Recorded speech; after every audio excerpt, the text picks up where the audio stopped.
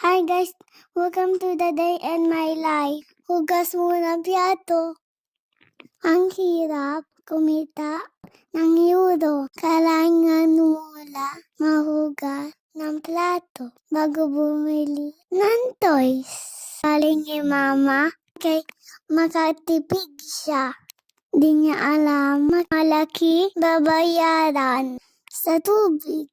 After makugas ng plato, ma-vacuum muna tayo.